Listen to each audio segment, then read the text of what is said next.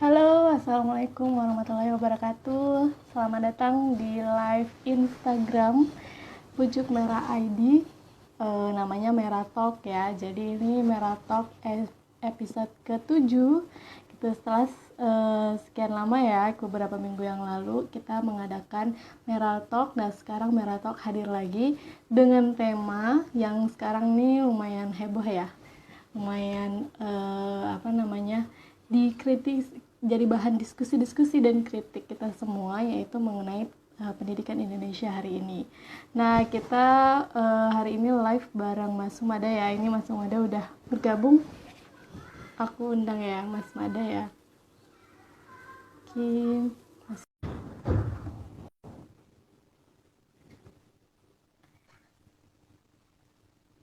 Halo, Assalamualaikum Mas Mada.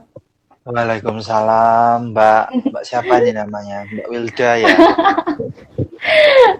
Aku kira Mas sudah bosan nih lihat muka aku nih. Kok Wilda lagi gitu. Iya, saya juga Enggak ya? baru kenal Mbak Wilda berapa lama ya? Berapa bulan ya? Dan sudah bosan setiap Eh, hari ketemu ya.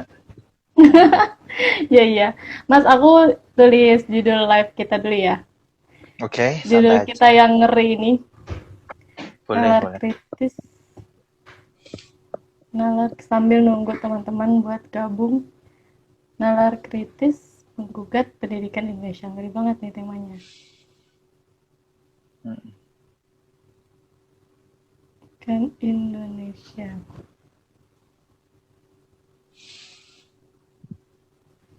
Baru.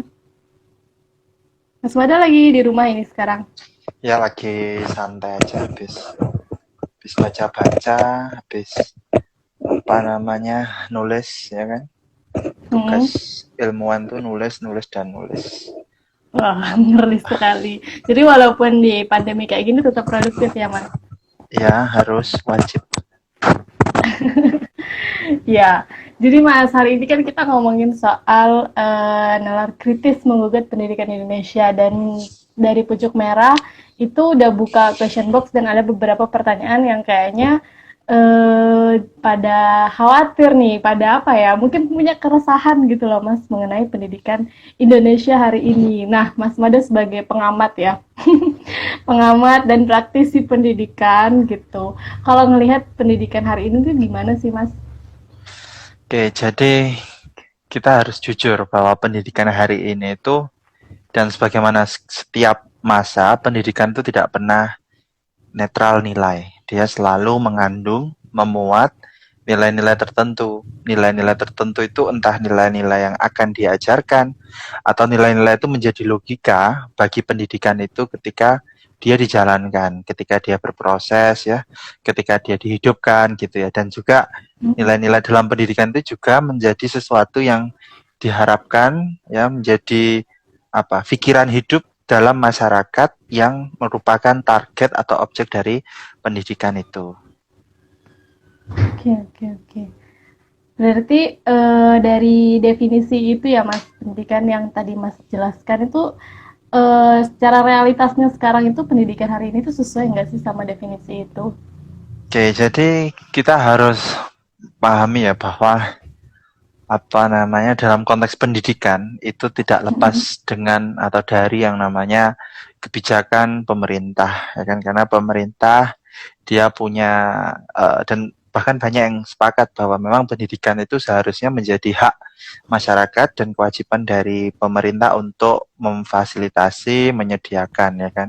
Dan pendidikan juga apa istilahnya sesuatu yang asasi ya. Jadi tidak boleh seseorang itu tidak diberikan pendidikan karena pendidikan itu adalah jalan menuju pemenuhan diri manusia untuk dia akhirnya mempunyai kedewasaan, mempunyai kemampuan berpikir kematangan ya sehingga bisa menjalani kehidupannya. Nah, terus kemudian yang harus kita pahami bahwa dalam nalar pendidikan hari ini itu sebenarnya ini saya mohon maaf agak panjang ya. Karena memang ini ada kajian teorinya yang harus disampaikan bahwasanya kita harus paham apa yang terjadi di Indonesia itu bukan sesuatu yang bersifat partikular atau hanya secara geografis terjadi di Indonesia, enggak. Tapi apa yang Hmm. terjadi di Indonesia itu sebenarnya ada kaitannya, ada benang merahnya dengan apa yang terjadi secara global ya. Monggo kalau Mbak Wilda mau bisa baca misalnya buku David Harvey, History of Neoliberalism. Jadi sejarah mengenai Oh, neoliberalism. Neoliberalism David itu Harvey. apa? David Harvey. Neoliberalism itu adalah apa itu satu level di atas dari kapitalisme.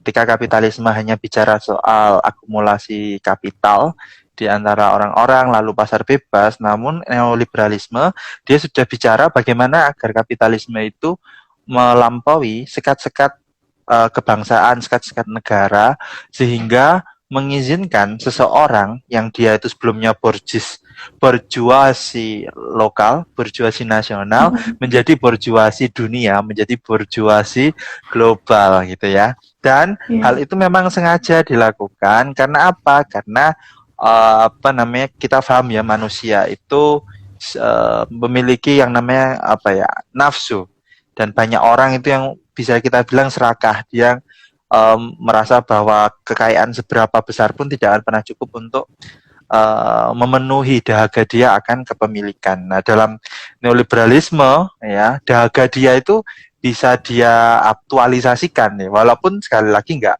terbatas. Nah, yang jadi masalah adalah ya kan ketika neoliberalisme itu kemudian masuk ke dalam aspek-aspek lain dalam kehidupan. Yang sebelumnya ya teman-teman kan paham bahwa ekonomi itu kan logikanya hanya kuat dalam konteks-konteks produk yang sifatnya konkret bisa dijual belikan gitu ya yang dimanufaktur di pabrik begitu. Namun karena logika neoliberalisme itu maka semua aspek kehidupan harus di apa istilahnya eksploitasi nggak terkecuali pendidikan ya kan bahkan pendidikan itu ternyata menjadi bisnis yang sangat besar yang sangat apa istilahnya menguntungkan ya kan misalnya kalau misalnya ada Mas Azhar dia mau kuliah ke luar negeri, dia mau nggak mau atau seringkali uh, menabrak ke banyak dinding ya, yang dinding itu menyatakan bahwasanya untuk bisa kuliah ke luar negeri itu ternyata ada banyak prasyarat-prasyarat ya. Yang paling utama sebenarnya kalau Azhar punya uang, aku rasa nggak perlu Azhar tuh khawatir dia mau kuliah di mana, mau di Amerika, mau di apa namanya Australia begitu ya. Sehingga pendidikan itu bukan untuk semua orang, pendidikan itu hanya untuk mereka yang memiliki apa namanya uang dan uang ya. Nah, tapi yang hebat adalah Neolib itu mencoba menciptakan fantasi bahwasanya semua orang bisa mendapatkan akses terhadap pendidikan itu dengan yang namanya beasiswa ya kan beasiswa itu seolah-olah kita ada kesempatan nih. Padahal bandingkan berapa orang yang punya akses kepada pendidikan itu dibandingkan berapa banyaknya orang yang tidak punya akses pendidikan yang bisa dijangkau oleh orang yang mendapatkan beasiswa. Dan sebenarnya juga apa namanya pendidikan internasional, pendidikan global dengan pendidikan nasional, pendidikan lokal itu memang diciptakan adanya dikotomi gitu ya agar orang-orang itu selalu merujuk, selalu berpikir untuk bagaimana dia kuliah ke luar negeri, bagaimana dia apa namanya studi lanjut di negara lain gitu ya. Dia merasa inferior ya. Dan ini apa namanya adalah sesuatu yang memang ditanamkan secara nggak sadar kepada kita ya, sehingga kita bangga banget gitu ya punya menteri pendidikan alumni Amerika gitu. Yang padahal kita juga nggak paham di Amerika itu emang pendidikannya sama, falsafah pendidikannya apakah sama begitu ya. Apalagi Betul. ketika kita punya birokrat di bidang pendidikan yang dia ternyata backgroundnya adalah administrasi bisnis ya, seorang pelaku Hmm. bisnis gitu. Nah ini menandakan betapa neoliberalisme itu sudah naik level. Yang sebelumnya kita tahu menteri-menteri pendidikan itu rata-rata backgroundnya adalah orang-orang apa namanya orang-orang dari background apa Background pendidikan. institusi kelembagaan Oh pendidikan ya, ya kelembagaan. uh, misalnya mantan rektor, mantan dosen gitu yang punya pengalaman-pengalaman di dunia pendidikan. Tapi tiba-tiba yang menjabat adalah seseorang yang pahamnya tentang apa transportasi umum gitu ya. Nah, itu Betul. salah satu hal yang mungkin menandakan simbol bahwasanya apa neoliberalisme itu sudah sangat mengakar begitu ya. Nah, dan kalau kita mau ngelihat secara apa historis ya, eh, kapan negara api menyerang ya? Kapan negara api itu menyerang ya? Sebenarnya sudah sejak lama ya usaha untuk apa namanya menggerogoti pendidikan di Indonesia ya menjadi semakin neolib, menjadi lebih liberal ya. Kalau Mbak Wida tanya misalnya ke saudara kita, ke sepupu kita, ke om-om kita, pak ade kita, mereka pasti cerita bahwasanya waktu zaman saya itu semua orang rebutan kuliah ke negeri karena di negeri biayanya murah, ya kan? Bahkan bisa gratis, ya kan? Sementara sekarang apa bedanya negeri dengan swasta? Ya kan? Saya misalnya bilang bahwa di Malang sekalipun misalnya saya sekarang dosen di sebuah kampus swasta dan kampus saya itu bisa dibilang harganya so-so lah, sama-sama aja lah dengan kampus-kampus negeri tetangga yang lain gitu ya. Dan bahkan kampus saya itu lebih murah untuk kuliah di sana karena dia berada di pinggiran kota sehingga biaya kos, biaya konsumsi relatif sedikit lebih murah dibanding teman-teman yang dia berada di kampus negeri, yang kampus negeri karena secara historis lahir duluan ya, biasanya mereka bertempat di epicentrum kota dan namanya daerah perkotaan semakin dia mendekat ke pusat bisnis maka biaya kos, biaya rent juga semakin mahal kan kayak gitu. Karena otomatis space di sana juga ongkosnya tinggi ya kan karena nilai return of investment-nya juga lebih tinggi ketimbang di daerah saya kayak gitu kan. Nah, hal itu ya bisa kita lihat misalnya ketika tahun 98 misalnya. Dari tahun 98 ketika terjadi reformasi ya diakibatkan juga atau salah satu kondisi yang sangat mengejala menyedihkan saat itu adalah kondisi ekonomi yang sedang terpuruk begitu kan. Kondisi ekonomi sedang terpuruk lalu ada peralihan pemerintahan dan ternyata diam-diam di balik itu juga ada lembaga internasional yang kemudian menekan pemerintah untuk melakukan perubahan-perubahan ya kan dalam sisi kebijakan yang itu akhirnya memaksa Indonesia melakukan apa istilahnya ya swastanisasi kampus-kampus negeri ya kan. Hal itu merupakan wujud dari menciptakan yang namanya ini. Jadi dalam kapitalisme kita percaya bahwa sebaik-baiknya dunia itu yang masyarakat ya negara itu yang sedikit intervensinya kepada pasar gitu ya. Jadi biar pasar segalanya dengan sendirinya, ada invisible hands yang akan mengendalikan, mengatur ya, yang akan memastikan bahwa semua orang ya akan mendapatkan kesejahteraan yang paling maksimal begitu ya.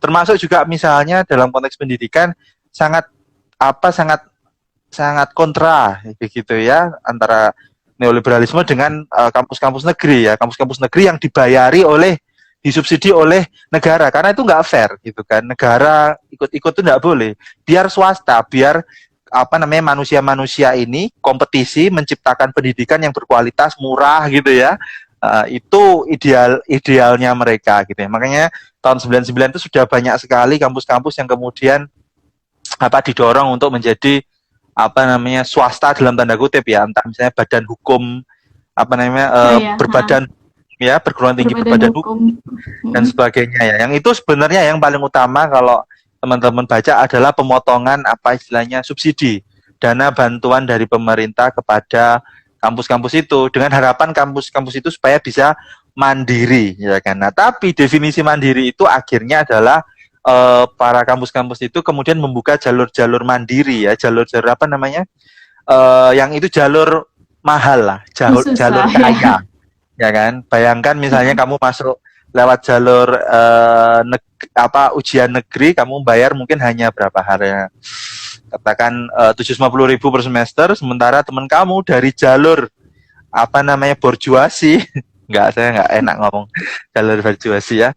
Nah, jadi dia harus membayar biaya yang sangat besar, mulai dari misalnya biaya DPP ya atau biaya masuk awal bisa sampai 50 juta. Saya ingat di zaman saya aja tahun 2011 saya mau masuk ke sebuah kampus ya lewat jalur mandiri itu sudah uang pangkalnya aja 50 juta waktu itu. Padahal itu waktu itu kampus negeri di Malang yang sangat besar dan teman-teman tahu lah itu kampusnya raja ya, kampus raja ya, kode-kode halus lah ya. Nah, dan saat itu sangat mahal sekali begitu kan.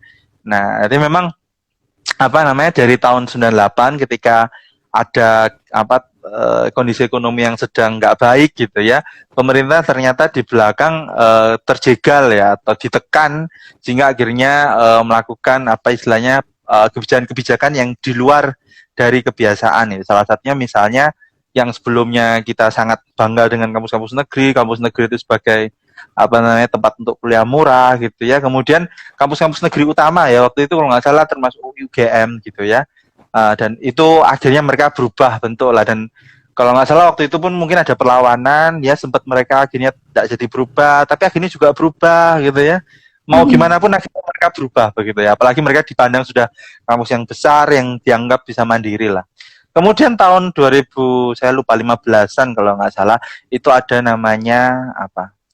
Zona apa masyarakat ASEAN ya, saya kok agak lupa sebutannya ya. Jadi ketika itu ya sudah mulai ada namanya kebijakan apa ya. Jadi antar apa yang hadir saat itu adalah kegelisahan. Kegelisahannya apa? Orang-orang bertanya apakah mungkin orang Indonesia mampu berkompetisi dengan ya kan orang-orang dari negara lain ya kan. Karena waktu itu teorinya kan tidak ada sekat lah, semua orang sesama negara ASEAN bisa lalu lalang bekerja ya tanpa ada halangan dan rintangan, tak jadi masalah dan tak jadi beban pikiran gitu ya kayak Kerasakti. Nah akhirnya ya kan, dan dari situ pun juga tahun berikutnya sudah mulai banyak wacana di antara para rektor untuk merubah haluan pendidikan yang sebelumnya dia adalah kampus berbasis penelitian ya kan, dan ini kalau nggak salah dulu waktu itu rektor UGM ya kan, dia bilang tahun 2015, nah bisa dicek lah di apa data kehumasannya 2015, dia menyatakan bahwa sudah saatnya kampus berubah orientasi menjadi kampus socio entrepreneur ya, jadi kampus yang berbasis wirausaha, menyelesaikan permasalahan sosial ya kan, lalu mendorong agar penelitian itu bisa diterapkan ya dalam industri, diproduksi secara massal, ada benefit, ada return lah gitu kan, nggak cuman apa teori, nggak cuman abstraksi gitu ya, tapi harus bisa apa memberi sumbangsi terhadap pembangunan apa ekonomi bangsa kayak gitu ya. Nah di situ sudah mulai ada lagi apa namanya stretch ya dari yang idealis ke neolib ya kan. Nah dari situ kemudian lahir juga atau semakin menguat ya beberapa peran-peran dari lembaga negara ya yang itu akhirnya merubah apa namanya orientasi dari pendidikan di Indonesia ya. Jadi misalnya ya di kualifikasi nasional Indonesia itu disebutkan bahwasanya kualifikasi nasional Indonesia itu untuk apa namanya meningkatkan kapasitas ya, menumbuh kembangkan apa mendorong potensi melahirkan sumber daya manusia yang berdaya saing gitu ya.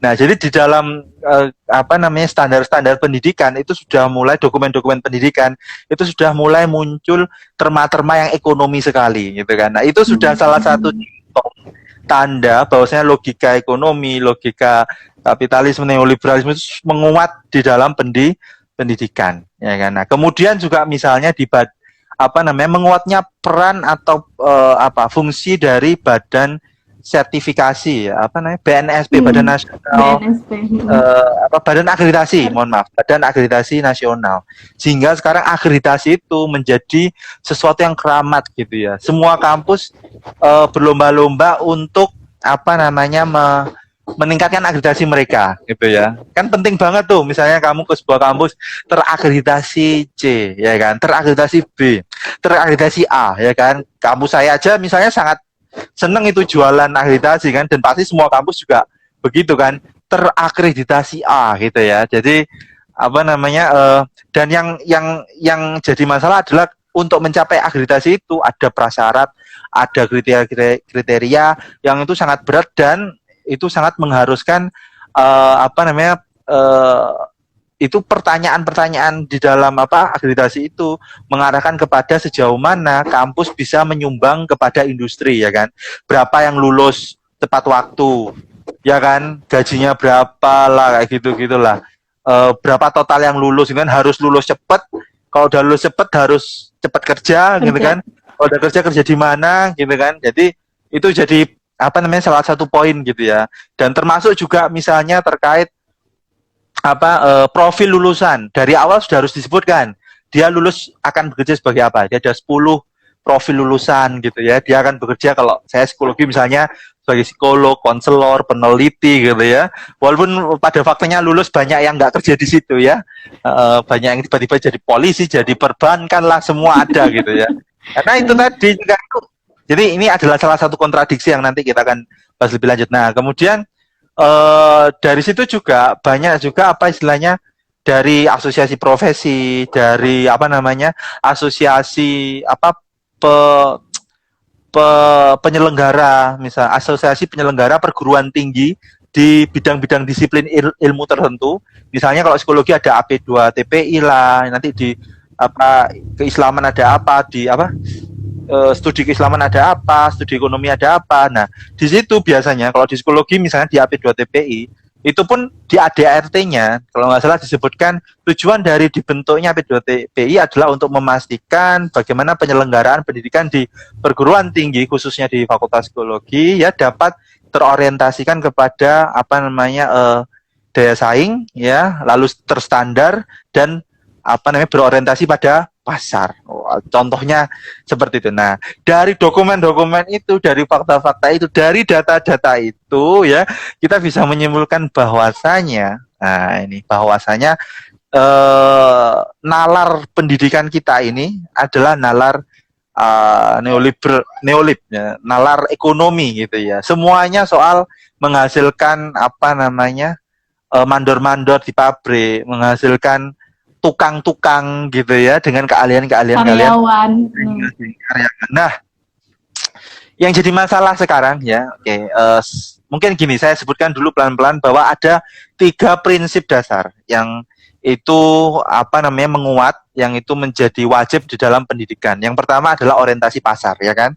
Jadi pendidikan tinggi itu harus sebagaimana mungkin diarahkan kepada pemenuhan apa namanya kebutuhan sumber daya ya, pemenuhan apa namanya kebutuhan pasar. Misalnya riset-riset harus tentang misalnya apa menemukan cara fermentasi yang lebih cepat, lebih murah, lebih sehat gitu ya.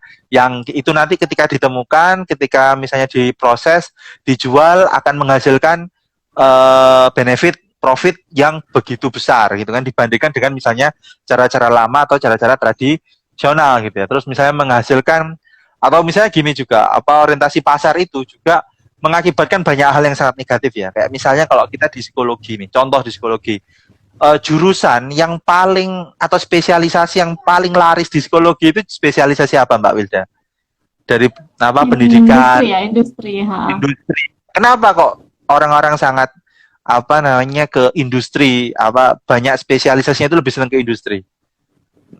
Karena kayaknya lapangan kerjanya lebih luas gitu, terus gampang. Dan salary-nya adalah yang paling gede ketimbang benar, gajinya.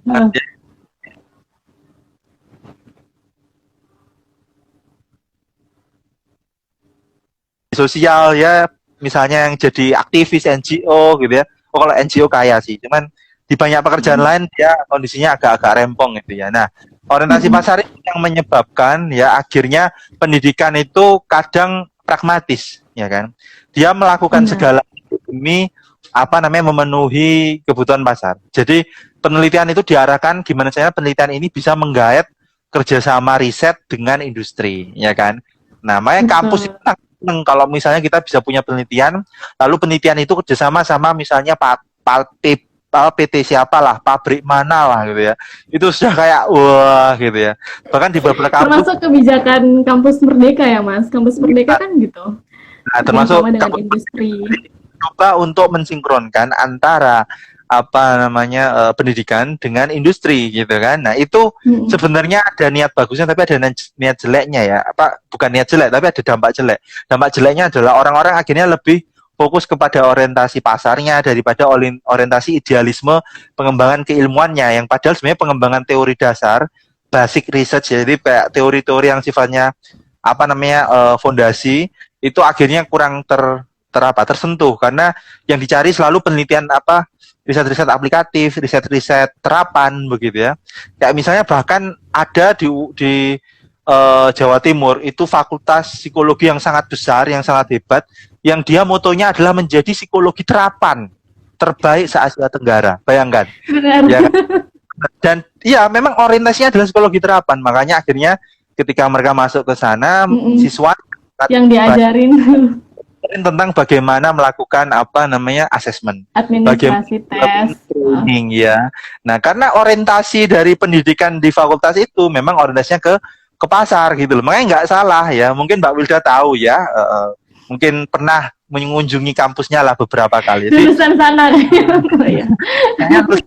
jadi bahkan di visi misi kampus itu adalah menjadi apa fakultas psikologi terapan, ya kan terkemuka, ya kan di Asia Asia Tenggara. Tenggara.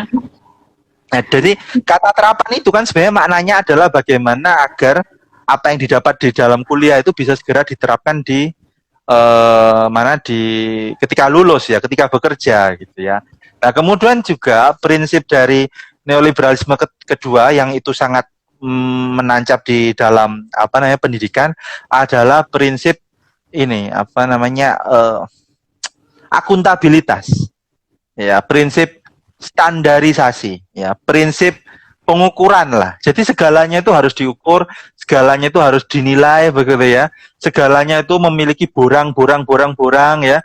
Kriteria-kriteria yang harus di apa namanya diikuti dipatuhi ya. Ya, yang jadi masalah adalah sekarang hanya gara-gara apa namanya rezim borang itu ya.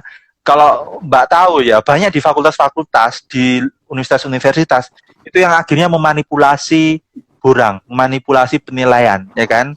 Nah, jadi aku pernah tahu ini ya di sebuah kampus nih, ketika akan ada namanya asesor, tiba-tiba kampus itu diliburkan 2 hari, ya kan? Kampus itu diliburkan 2 hari, pas di hari di mana akan ada namanya asesor. Wah, ketika akan ada akreditasi. Nah, kemudian kondisi ruangan, kondisi fakultas itu disulap, ya kan? Tiba-tiba di tengah apa namanya di tengah apa namanya hallway apa lorong itu ada Lobby, di lobby ada itu apa? tiba-tiba ada pot-pot tanaman gitu kan, terus dikasih tempelan-tempelan gitu ya, tempelan-tempelannya tulisannya tentang quotes-quotes dari para peneliti di bidang keilmuan itu gitu ya. Habis itu tiba-tiba ada satu ruangan jadi perpustakaan fakultas. Tiba-tiba jadi perpustakaan fakultas, terus di situ ada pegawainya 3, tiba-tiba ya nggak tahu dari mana itu pegawainya. Nah ini memang saking ajaibnya yang namanya akreditasi. Kemudian uh, diambil 2 orang mahasiswa yang paling apa namanya pinter gitu ya, terus juga mukanya cantik-cantik ganteng gitu ya, terus di briefing ya kan. Nanti kamu sampaikan seperti ini ya, bahwa pendidikan kita itu orientasinya adalah kepada pengaplikasian keilmuan ya kan, sehingga bisa diserap oleh industri gitu kan, sehingga menjawab kebutuhan masyarakat. Gitu ya. Datanglah si asesor. Begitu dia datang, dia terkejut gitu kan. Wah, keren ya ini ya. Wah, ini fakultas psikologi terhebat ini ya kayaknya ya. Wah, banyak tanaman. Wah, ini go green ini, natural ini ya. Terus wah, ternyata dia punya perpustakaan sendiri gitu ya. Wah, buku-bukunya keren-keren gitu ya. Bukunya keren-keren. Ada Quote ini, wah keren ini sangat menginspirasi nih. Ya, terus habis itu dia ketemu sama mahasiswa yang lagi duduk, gitu kan ditanya, mohon maaf, mbaknya mahasiswa sini? Iya pak. Oh iya ya. Gimana pengalamannya belajar di sini? Wah di sini itu benar-benar memberikan suasana belajar yang sangat apa namanya kondusif. Lalu juga ada nuansa-nuansa keislaman yang menyejukkan hati dan mencerahkan pikiran. Wah enak itu kan. Nah akhirnya habis itu juga itu di satu aspek ya. Habis itu di aspek yang lain misalnya ada hal-hal yang dia itu dokumennya nggak ada, tapi tiba-tiba ada, langsung diketik, ya kan, dibuatin, di print, tanda tangan, stempel gitu ya, terus dikasih, oh ini pak dokumennya ada kayak gitu ya. Makanya banyak yang bilang borang itu adalah bondo ngarang, jadi modal manipulasi borang gitu ya. Nah ini salah satu ini kayaknya juga berlaku di sekolah ya mas, misalnya kayak ujian nasional gitu ya. Nah guru ya yang terus makanya kita bisa masuk ke prinsip ketiga dari neoliberalisme yang itu menancap kepada pendidikannya, yaitu apa? Competitiveness, daya saing, ya kan.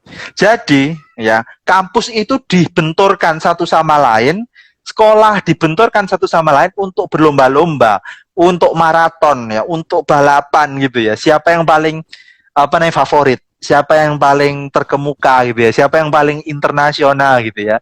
Zaman-zaman kita dulu kan ada RSBI lah, RS apalah, rumah sakit jiwa lah, terserah lah apa ya. Nah, itu ada banyak banget ya. Nah, sehingga kemudian antar kampus satu sama lain itu enggak nggak ada kolaborasi. Seringkali yang ada saling menjatuhkan, saling Kompetisi ya, menutupi benar. informasi. Karena apa? Kamu musuhku gitu. Kamu adalah sainganku gitu. Nggak ada ruang buat kita ini istilahnya berapa namanya berpartner gitu ya. Dan termasuk siswanya dikasih peringkat, dikasih ranking ya kan, siapa yang nilainya tertinggi, siapa yang peringkat ini ya kan.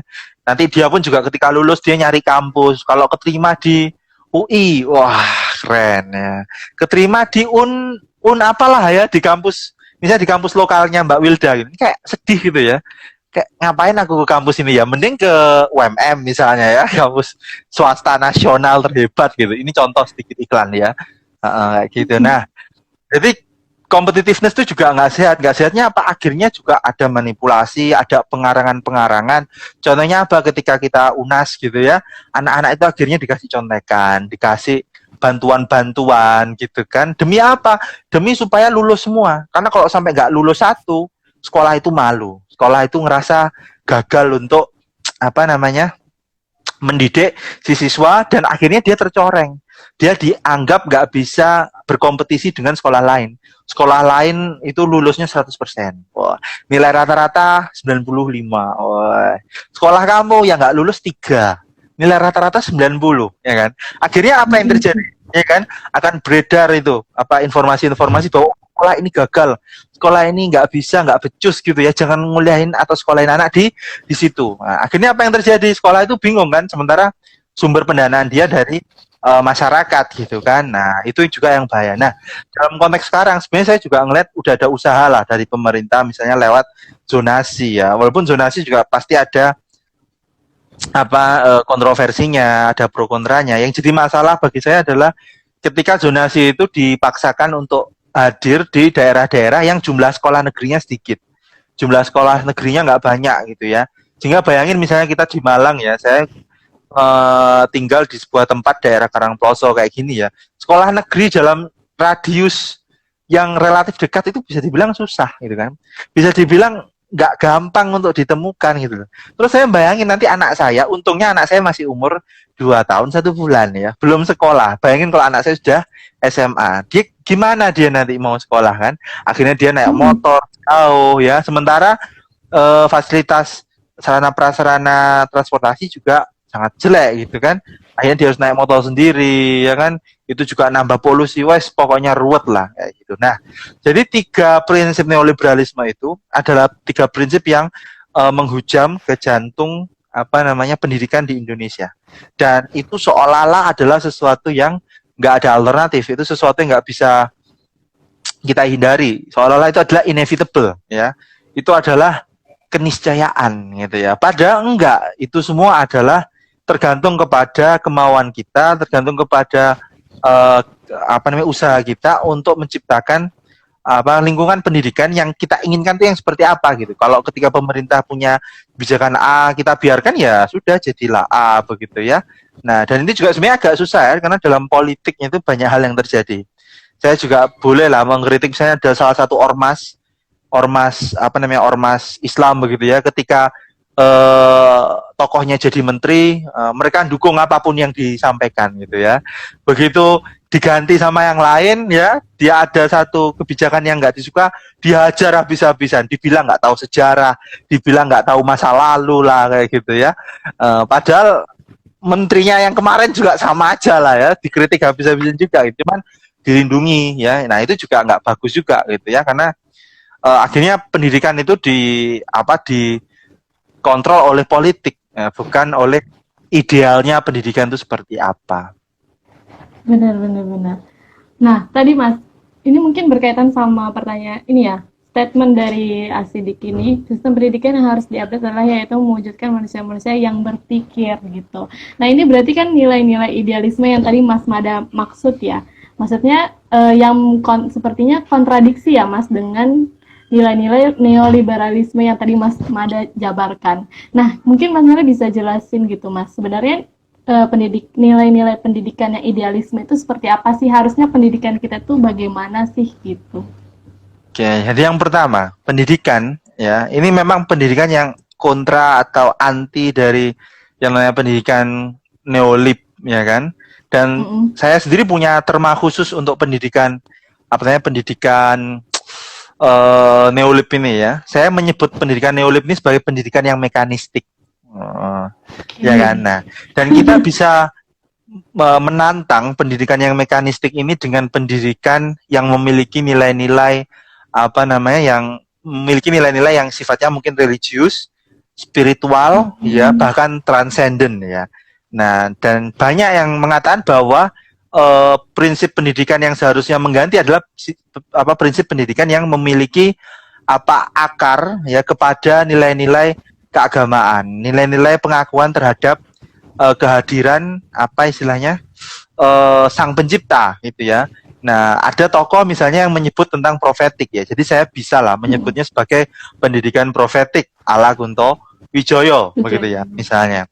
Dalam pendidikan mekanistik ya kan namanya siswa mahasiswa itu diusahakan untuk bungkam ya, diusahakan untuk nggak bisa protes ya, diusahakan untuk nggak bisa mengkritik, dijejali dengan pengetahuan, dijejali dengan informasi, sehingga mereka kemudian tidak mampu untuk mengeksplorasi diri mereka, berpartisipasi ke ruang-ruang politik misalnya ya, untuk melawan perubahan gitu ya. Karena apa?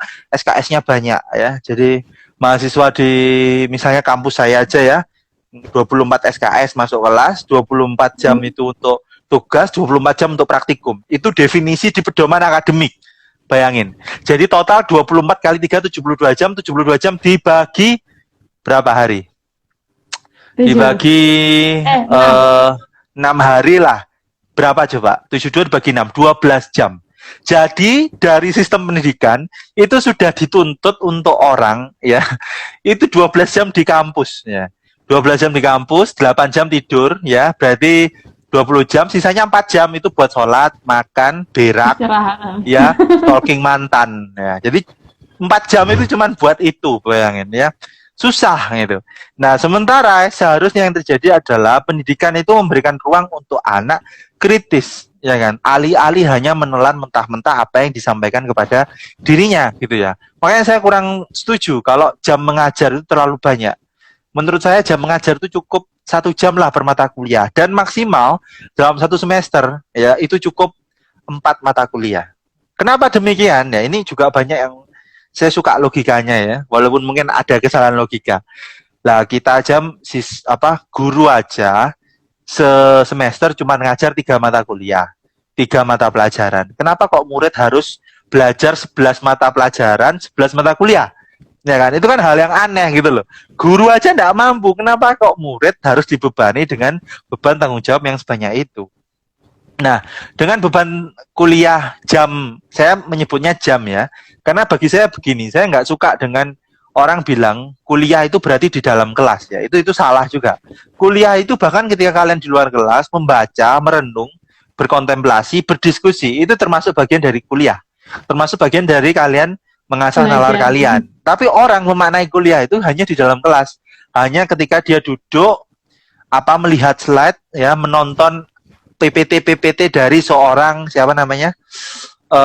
dosen atau guru gitu ya, sambil dia hanya terperangah ya, iya lalu ketika ujian bisa menjawab dengan benar semua pertanyaan. Itu pendidikan yang terjadi. Nah, seharusnya kita punya pendidikan yang mendorong adanya ruang untuk siswa punya independent thinking, punya kemandirian dalam berpikir.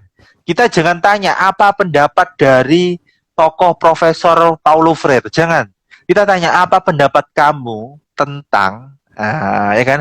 Apa pendapat kamu tentang falsafah pendidikan Paulo Freire, ya kan?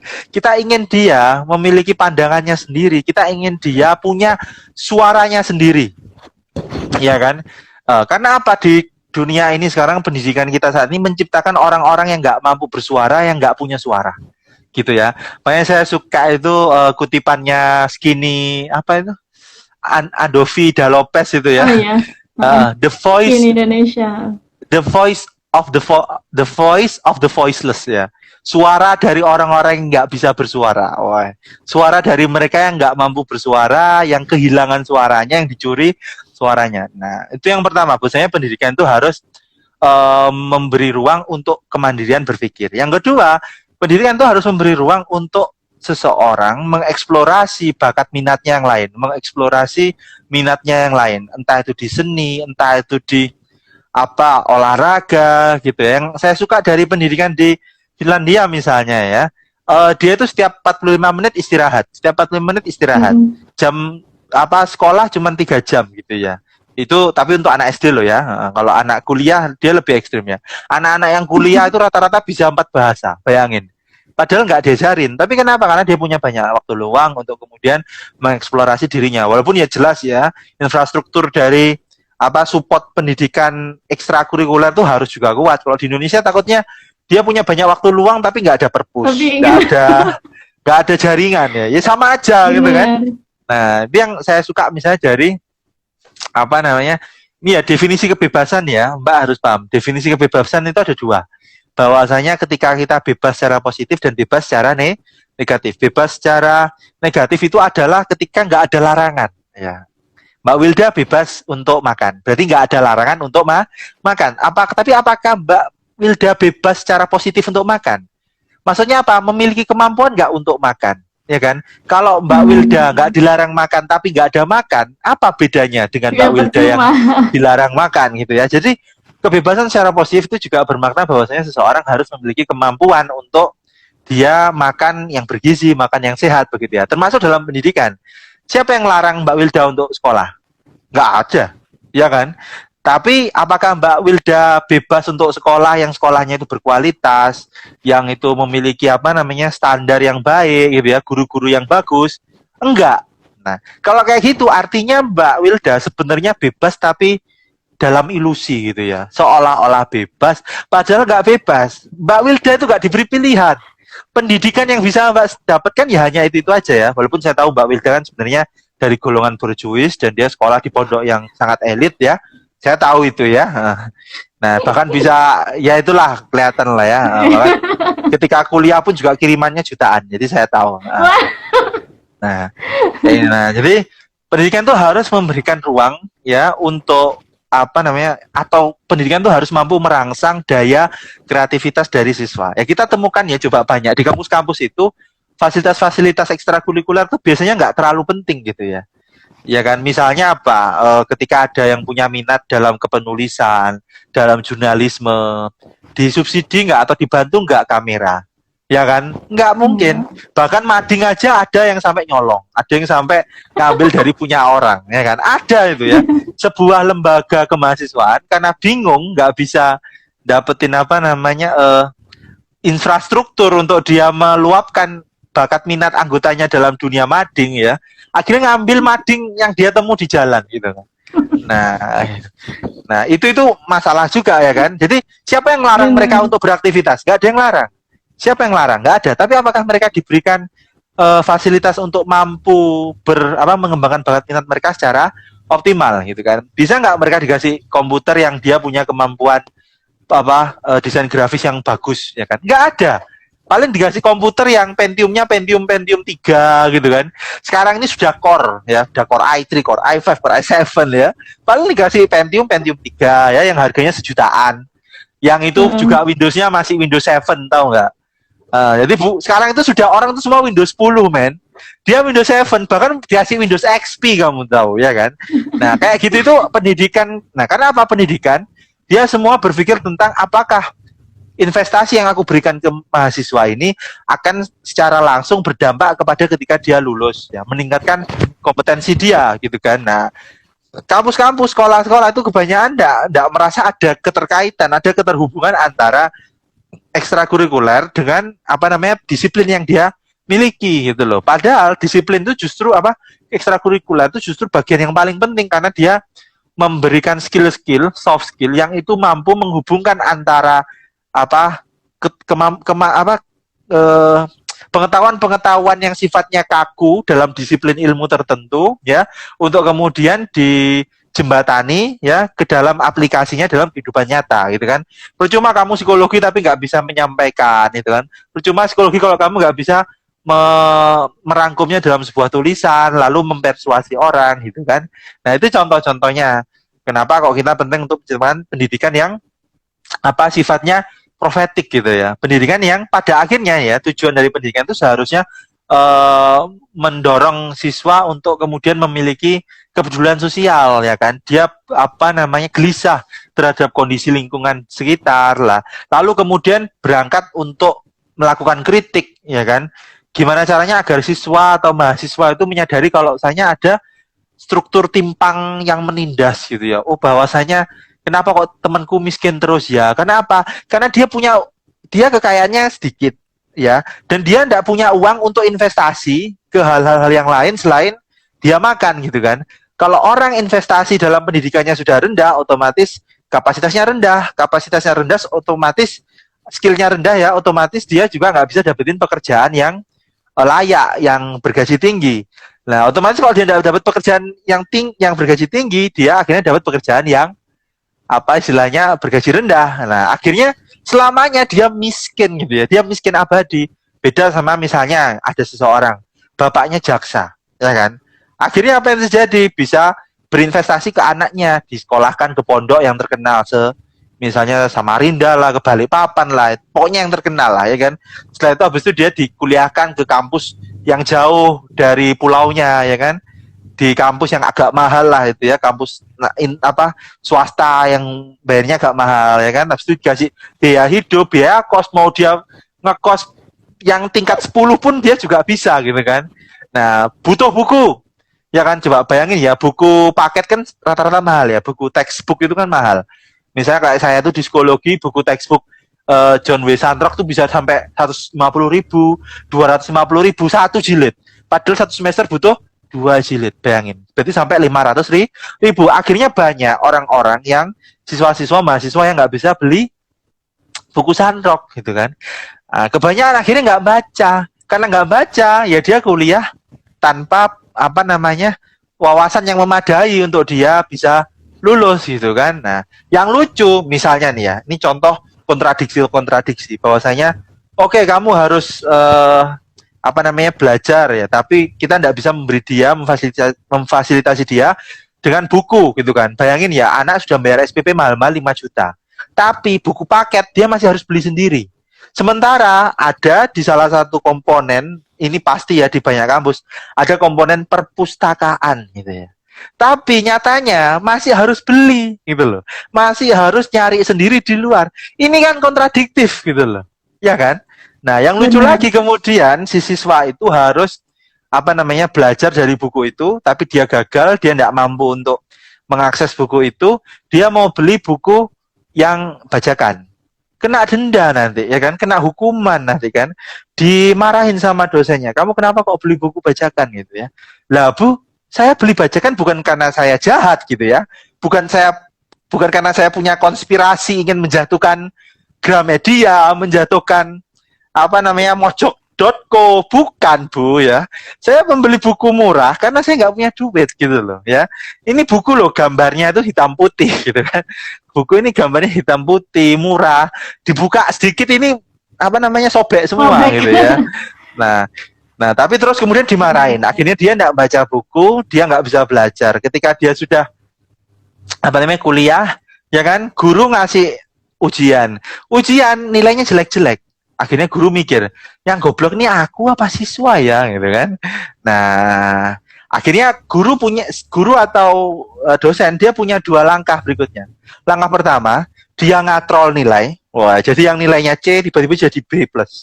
Yang B+ jadi A. Wah, satu kelas enggak ada yang nilainya C. Wah, ya kan? Kenapa kok dia harus ngatrol atau ngerubah nilai? Kenapa? Orang semua tahu kalau kamu lulus, kampusmu swasta, tuntutan IP-nya beda dengan kamu kalau lulus alumni dari kampus negeri, ya kan? Oh, Mbak Wilda, kampusnya mana? UMM. Oh, minimal IP 3,5 ya. Wah. Dari mana? ITS. IP minimal berapa? Cukup 2,75. Wah, ya kan? Nah, akhirnya kan bingung ini gurunya. Wah, ntar kalau tak kasih IP 2,75, siapa yang mau nerima Wilda kan? Akhirnya wajar Wilda lulus IP-nya 3,5, ya kan? Kenapa? Dapat IP 3,5 itu gampang, ngerti? Satu kelas siapa yang IP-nya nggak 3,5? Itu anak-anak yang bolos ya, yang terlalu capek sama hidupnya terus nggak jelas gitu kan. Nah itu. Atau langkah kedua, si guru atau si dosen kemudian merubah sistem penilaian, ya kan? Akhirnya banyak penilaian itu dari apa? Sikap. Wah, kamu masuk terus, wah nilaimu A. Kamu baik ya, sangat suka menolong, sopan santun A, gitu ya. Atau misalnya dari tugas ya, tugas, oh tugasnya apa, turun lapang gitu ya, nggak tahu standarnya apa, pokoknya turun lapang ya. Jadi si guru apa si dosen di siswa turun lapang, dia mengambil data penelitian, dia bikin laporan gitu ya, laporannya pun standarnya nggak jelas, yang ada bukan standar tapi format ya. Silakan bikin laporan formatnya ini, tapi nggak dikasih tahu penalaran yang harus tercapai itu apa, ya kan? Terus tiba-tiba ada laporan tanggung jawaban, ya, ada ujian oral, ya. Apa yang kamu tangkap? Wah, apa yang kamu alami ketika turun lapang? Apa Ya kan? kendala? Apa permasalahan kamu? Terus apa pesan terakhir kamu untuk sekolah itu? Apa hubungannya sama pendidikannya gitu loh? Iya, Ya kan? sama materinya. Sama materinya, dia belajar apa, dia apa namanya dia belajar apa, dia ujiannya apa, makanya pantas kok nilainya A, nilainya A. Tapi ketika lulus ditanya, ya kan, kamu paham nggak ini? Nggak paham, udah lupa, ya kan. Kalau nggak alasannya apa? Di dunia kerja itu nggak dibutuhkan. Ya sudah, nggak usah kuliah, langsung aja kerja kan gitu. Buat apa kuliah kalau akhirnya ilmunya nggak dibutuhkan gitu loh kan? Kontradiktif gitu loh kehidupan kita, Iya, kayak iya. gitu loh. Benar.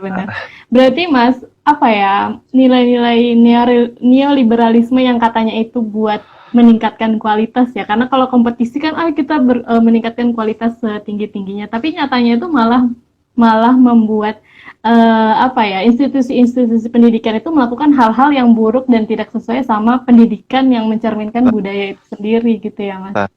Malah kayak apa ya, ya kontradiktif yang Mas Mada jelasin tadi.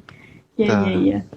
Nah ini Mas, mungkin kita mau soroti sistem pendidikan yang hari ini terjadi di masa pandemi gitu Mas. Karena ketimpangan yang paling jelas itu adanya digital gap gitu. Tadi kan Mas Mada sempat jelasin tentang neoliberalisme yang adanya polarisasi ya Mas, mana sekolah yang unggul, mana sekolah yang biasa aja. Dan itu biasanya kan sekolah yang unggul itu ada di daerah-daerah kota yang punya akses ya, dan orang-orang kaya aja atau berjuasi yang Mas Mada sebutkan tadi yang bisa sekolah di sana. Sedangkan murid-murid yang misalnya tinggal di pelosok atau di mana itu kan dia secara akses juga kurang, secara infrastruktur juga kurang kayak gitu. Nah, Mas Mada ngelihat digital gap yang terjadi ketika belajar dari rumah di masa pandemi itu kayak gimana, Mas? Sudah tepat Digital gap, gini, digital gap ini dia bukan fakta empirisnya, tapi dia adalah keterlambatan pemerintah, ya kan? Jadi pemerintah itu sebenarnya terlambat dalam menciptakan infrastruktur apa namanya internet atau jaringan yang bisa mengcover apa pelosok-pelosok negeri, ya kan? Dan ini menunjukkan bahwa Indonesia yang katanya ingin mengejar ketertinggalan, meningkatkan daya saing ya, ingin berkompetisi dalam konteks teknologi, masih jauh ya, api dari panggang. Nah, ini yang memang sangat nyata dalam logika neoliberalisme. Neoliberalisme misalnya mengatakan bahwa kita nggak akan memberikan subsidi, kita nggak akan intervensi supaya orang-orang kompetisi. Pada akhirnya apa? Orang yang punya modal lebih banyak, dia malah jadi lebih kaya, dia menindas yang lemah gitu kan. Neoliberalisme bilang apa? Nanti kalian bisa berkompetisi dengan adil, dengan fair ya kan. Kalian akan apa namanya optimal gitu kan. Siapa yang bekerja keras pasti mendapatkan. Kenyataannya enggak. Kenyataannya yang miskin tetap miskin ya. Mobilitas sosial itu sangat kecil kemungkinan, bahkan Mbak Wilda, faktanya adalah kelas menengah ini semakin kecil. Ngerti? Orang-orang kelas menengah, kekayaan kelas menengah itu semakin kecil, menambah jumlah kelas bawah ya, dan orang-orang kelas elit ya, itu juga semakin menguat. Mereka semakin kaya gitu ya. Sementara kita semakin miskin, ya kan? Salah satunya misalnya dari apa? Saya dapat gaji 3 juta. Tahun depan naik 3,2, tapi ada inflasi 3,2 itu sama dengan 2,9. Nanti ya. Jadi akhirnya sebenarnya saya rugi gitu loh. Semakin saya kerja setiap tahunnya nilai yang saya dapat semakin kecil gitu kan. Sementara orang-orang yang main saham, main bunga, Jouska, apapun itulah ya, semakin kaya gitu kan. Main apa namanya reksadana lah, investasi sana sini ya kan. Gimana caranya saya bisa kaya kalau saya tidak punya modal buat apa namanya main investasi kan? Coba saya dikasih 10 miliar gitu, saya investasiin, ya kan? Saya dapat apa bunga dari situ. Udah hidup saya sudah kaya nih, sudah apa crazy rich Malang gitu kan. Saya kalau mau ke warung gitu ya, Bu, ya Mas mau pesan apa? Semua ada di menu.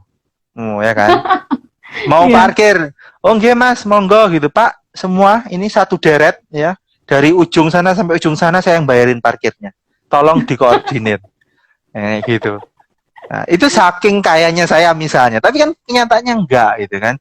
Nah, itu yang apa terjadi saat ini, Mbak. Banyak kontradiksi-kontradiksi yang itu sebenarnya adalah hasil dari bukti dari bahwa neoliberalisme itu memberikan janji-janji, memberikan mimpi-mimpi yang ternyata mimpi-mimpi itu nggak bisa dia capai, ya kan? Yang ternyata mimpi-mimpi itu apa hanya upaya untuk mengelabui supaya orang terjerat mau ya tunduk patuh terhadap logika neoliberalisme, tapi ketika sudah terjadi dia tidak bisa apa-apa. Oke. Mungkin termasuk ini ya Mas, kebijakan pemerintah hari ini yang katanya Asidik ini fokus ke pembangunan aspal ya, infrastruktur aspal daripada infrastruktur manusia. Karena kan katanya kalau kita harus bangun aspal biar ada jalur transportasi dan ini akan memudahkan gini-gini. Nah, apakah transportasi aspal ini juga cuma mimpi-mimpi gitu Mas? Cuman janji-janji gitu. Betul. Nah, jadi yang perlu kita hati-hati ya. Ini memang konteksnya agak ekonomi banget dan politik ya. Soal aspal itu ya. Nah, selalu yang jadi pertanyaan adalah siapa yang menggunakan aspal itu, ya kan? Siapa yang paling banyak memanfaatkan aspal itu? Ya, apa betul masyarakat yang paling banyak menikmati atau industri-industri di situ?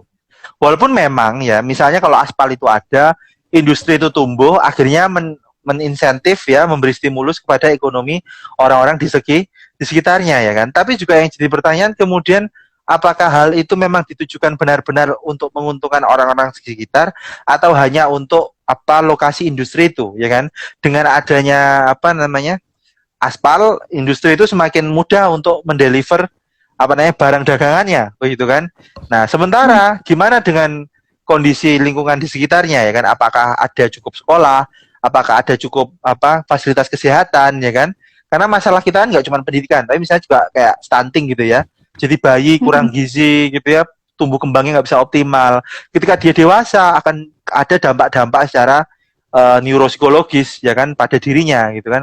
Dan itu juga sangat berbahaya gitu. Jadi bagi saya seharusnya ya, saya nggak mau sebenarnya juga dibenturkan. Mana yang lebih penting antara aspal atau manusia? Dua-duanya penting ya kan? Karena yang aspal itu membantu kita untuk jalan, tapi apa fungsinya aspal kalau nggak ada orang yang jalan di atasnya gitu ya. Jadi nggak boleh kita melakukan apa namanya politik polarisasi ya. Jadi kamu kalau nggak ini berarti kamu salah. Itu nggak bagus. Saya belajar di sebuah ormas besar Islam, sebaik-baiknya manusia itu yang jalan tengah, wasatiyah ya, moderasi gitu ya. Kita nggak ke A, kita nggak B, kita yang tengah-tengah aja gitu ya. Jadi kalau ditanya aspal atau manusia, dua-duanya penting ya kan. Yang lucu itu kenapa kok ketika ada keterbatasan sumber dana yang didahulukan adalah aspalnya gitu kan. Harusnya utangnya banyak aja sekalian, kuatin manusia dan kuatin aspal. Karena kalau manusianya lemah, akhirnya yang kerja di industri kita asing gitu kan. Yang kerja di kita bukan orang sekitar gitu kan. Yang kerja adalah orang-orang dari luar negara kita gitu kan yang memiliki kapasitas kompetensi. Oke. Mas, ini kita waktunya tinggal 1 menit, boleh nggak dilanjutin lagi nanti? Boleh, Oh boleh. nggak ya, Nanti Mas? nanti double ya. Oke, Heeh. ya. Oke, mungkin kita selesaikan sekarang, terus nanti teman-teman ini ada juga ya yang bertanya Oke, oke. tentang Monggo, support monggo. pendidikan yang perlu Ya, juga dinaikkan. disimpan itu, Mbak. Saya tak minum air dulu. Oke, Ya. siap.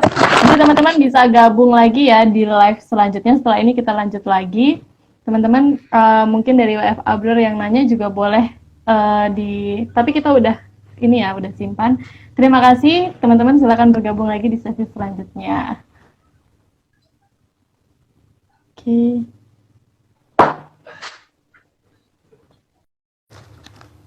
Halo, assalamualaikum warahmatullahi wabarakatuh. Selamat datang di live Instagram Pucuk Merah ID. Namanya Merah Talk ya. Jadi ini Merah Talk episode ke-7. Kita setelah sekian lama ya, beberapa minggu yang lalu kita mengadakan Merah Talk. Nah sekarang Merah Talk hadir lagi dengan tema yang sekarang nih lumayan heboh ya, lumayan dikritik, jadi bahan diskusi-diskusi dan kritik kita semua, yaitu mengenai pendidikan Indonesia hari ini. Nah kita hari ini live bareng Mas Sumada ya. Ini Mas Sumada udah bergabung, aku undang ya Mas Mada ya. Oke.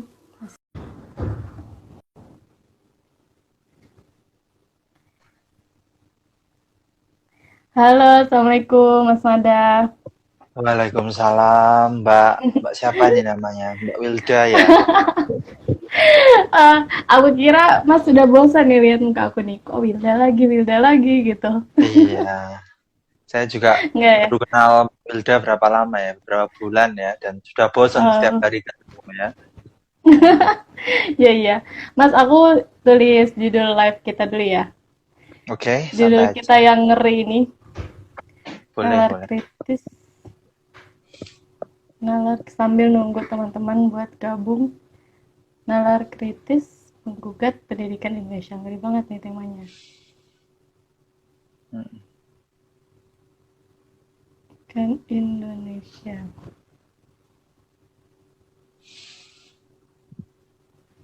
Baru. Mas Wada lagi di rumah ini sekarang. Ya lagi santai aja habis baca-baca, habis apa namanya nulis ya kan.